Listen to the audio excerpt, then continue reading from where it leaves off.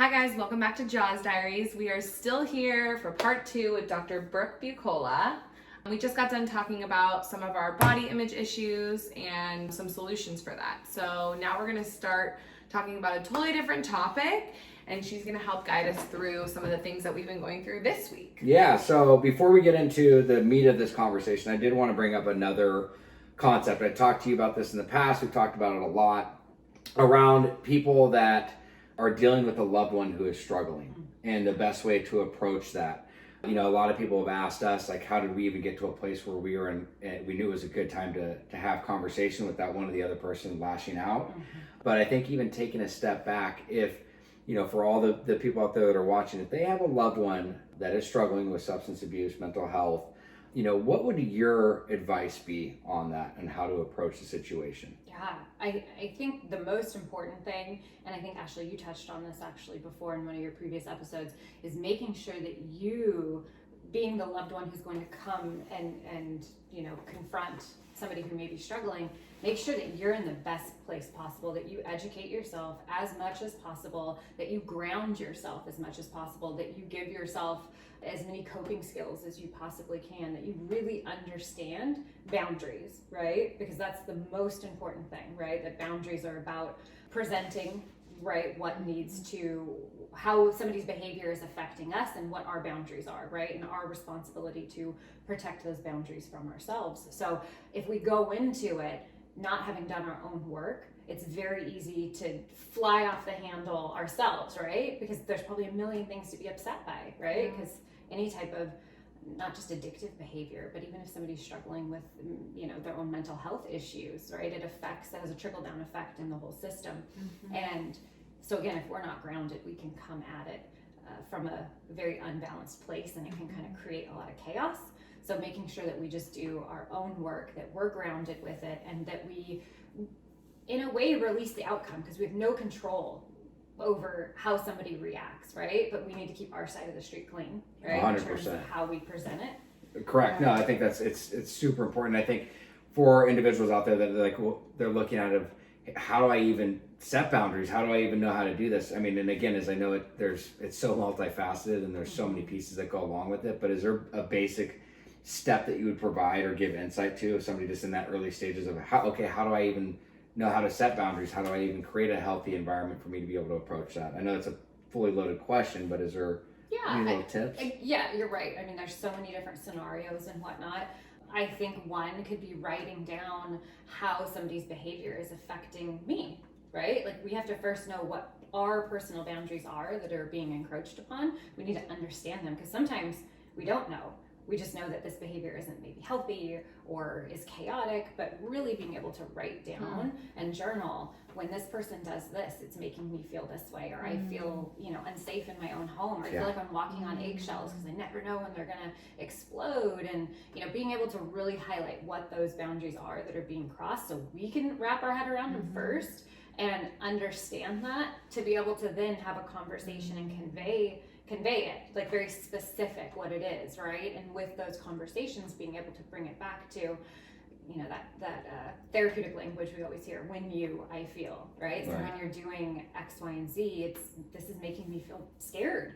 Yeah, this is making me feel fearful. Or you're bringing up an ultra clear awareness of what that individual is doing, and you're able to process it and put it down. I like that. I mean, that's a really good thing, because again, when they're doing that, you're not in a place necessarily, you're not equipped with the tools to be able to respond to that. So again, it's creating that awareness and building that out, again, to create that conversation, whether it's with that individual or even getting a therapist to, you know, hey, these are the different things that are going on. I don't know how to process this, but it's creating that sense of awareness, right? As opposed to lashing out irrationally. So, and getting the support, right? Getting the help from, be it a therapist or Al-Anon's great. Al-Anon's free, right? Yeah. Being able to get that support and surrounded by other people who've been there and done that and have that language. And I think it's also important to note, don't approach somebody when you're in the thick of it, right? Correct. Like when they're, again, if it's substance abuse, you're obviously not going to have a logical conversation when somebody's already been drinking, right? Or under the influence of anything. Right. Or if it's depression and they're in a depressive spiral, you're not going to get anywhere in that moment. So really planning out to have that conversation at a time where we have the best chance, hopefully, of it being heard. 100%. That's great. I love that. Well, guys, I think, again, if there's any other questions that come up around that, I think that's a great way to start and approach that, so if you guys have somebody that's struggling, that is going through it, I think that is something that is phenomenal insight, is just to create a sense of awareness around what's going on, be able to take note of it, see where you're really at, and be able to take that to a professional, or even before, again, depending on the stages that the situation that you're in is at. You can even have that conversation if it's in the early stages of it, with your loved one or your significant other or your son, daughter, wife, whoever it may be. But I think that's a great first step. And again, we're gonna try to provide little tips and tools through each episode and each show that we do. Again, because there's so much, and it would take us days to just try to go through, each segment of it. So hopefully that was helpful. But turning the table, I really appreciate that. But we have a whole new thing that has come up this last week regarding Ashley. It's The hot seat. the hot seat. With the show, Ashley's new to TV, not brand new. She's done one season of The Hills, the relaunch, and going back into it this season, she is being, characterized in certain situations or certain scenarios on the show, that is not true to her character. And she's getting backlash, and she's getting hateful messages. She's getting, a lot of rude comments, if you will. And in my eyes, it's not that many, but It's always the bad ones though that make you feel worse for some reason. You could but have, like, she's had a lot of really good comments, is what I'm saying. I'm not minimizing her feelings or how she's going through it, but there's enough to where it's caused her to get upset and be really hurt by it. And as somebody that has experienced this years ago, I was known for just being publicly scrutinized and having, my name completely defamated all over the place. That's the right word, right? Defamated. Does that make sense? I think it is. Yes.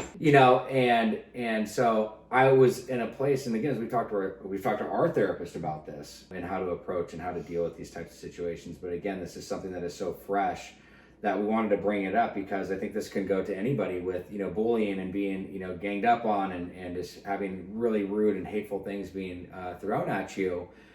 So I was curious as to, maybe you need to ask more questions on it, but, for Ashley, it's something that has caused her a lot of hurt. Mm-hmm. And, what are your thoughts on that? Yeah, I mean, I'm imagining the comments are coming from like an It's all online social platform. media. Yeah, Social media. It's all social media. And I think, like, I've identified a little bit with it today, is in high school, I was bullied severely. I was always the new girl, and people were really mean to me. I was jumped, I got blood poured in my hair, I had permanent marker written all over me. They would send hateful, horrible messages on my phone. Like, it was awful. And it's almost a little triggering for me, because it reminds me back to that place where people didn't know who I was and just judged me for my looks or anything they wanted to, just because they didn't like me. Yeah. And it's difficult when you're on a show and you only get to see such a short glimpse of what's edited. You don't really see like the whole picture, which is sometimes hard too, because we have zero control over what they show and what they don't show.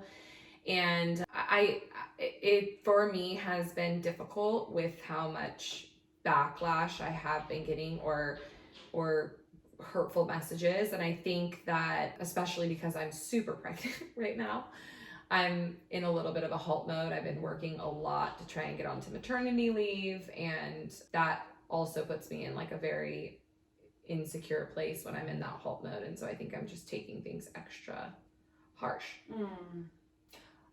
And I think it would be traumatic anyways, right? Like, especially you just disclosing that past. I mean, that's trauma. Yeah, right? A lot of trauma. That's a lot of trauma. And then to have that trauma get re-triggered, right? We're going to have that trauma response from it. Absolutely. And I think we have to note, in the world, I mean, we're living in a very interesting world with social media, right? Like this didn't exist when we were in elementary school, right? Thank goodness. Right? Because it's hard enough I can't to imagine worry. these kids nowadays. Oh, so hard. It's hard enough to worry about being bullied by classmates, like 30 classmates, and now you've opened up, a platform for millions and millions of people, right? Who are gonna voice different opinions. So yeah, that would be triggering. And like you said, there can be a million positive comments, but which ones are sticking with you, Mm-hmm. right? And how, just as we were saying a minute ago, right, like how we do anything is how we do everything. I love that saying, right? Mm-hmm. So looking at like, okay, that shame voice or whatnot, or that voice, like, is that true in other areas, right? Am I letting negative criticisms from people who probably don't know me at all or know the whole situation, right? How much energy and space am I letting that take up in my head? Mm-hmm. Yeah, it's like the no one can make you feel inferior without your permission, but I'm giving a lot of people permission to make me feel inferior. No, it is, and that's where it's for me is trying to. I want to be there and be the most supportive husband that I can, but it also got to a place where it's like after going through it so much, it's also I went through this. I've been doing this stuff for 15 years. It's crazy to look back and see where it's at.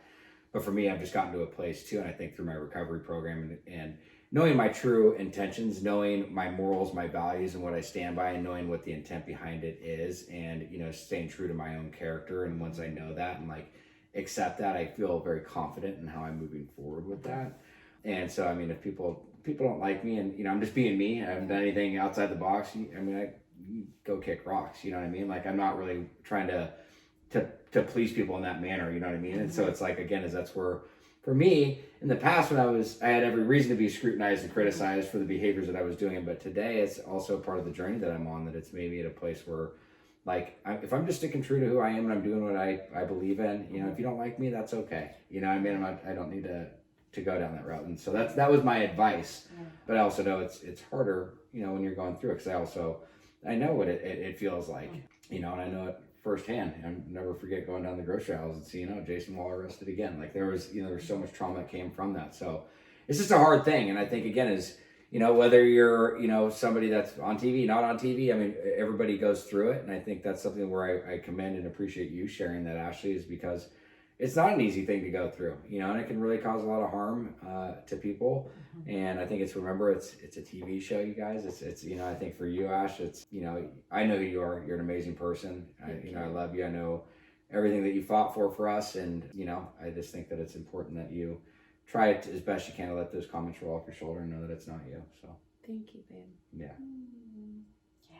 Keeping sometimes, like you said, it's hard when we want to work on ourselves and we're receptive and whatnot, but knowing when to make our world very small, right? Like you were saying, okay, I have these people around me who really know me, and I have this, the therapist you guys work with, and people in my life that will hold me accountable and I can grow with, right? And those are people I can go to, who I can count on to let me know what they see. Those are the opinions I really need to give more power to, right? And making our world a little small, and especially in your guys' position where you've opened up your world so vulnerably, right?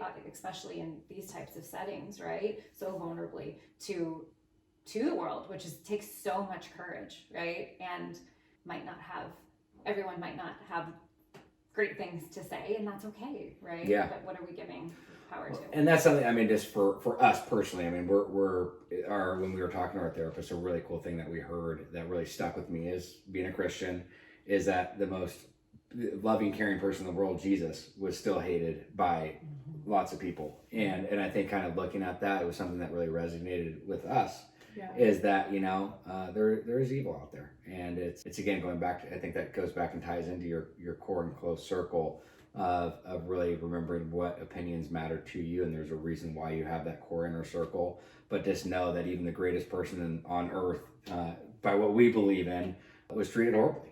You know what I mean? And so I don't know. I think it's a sensitive topic, and I know it's another area. I think just by talking about it, it creates awareness and creates some relief around it, because I know there's people watching this that go through it in some shape or form, whether it's at work, whether it's in your own household, whether it's with friends, whether it's on social media.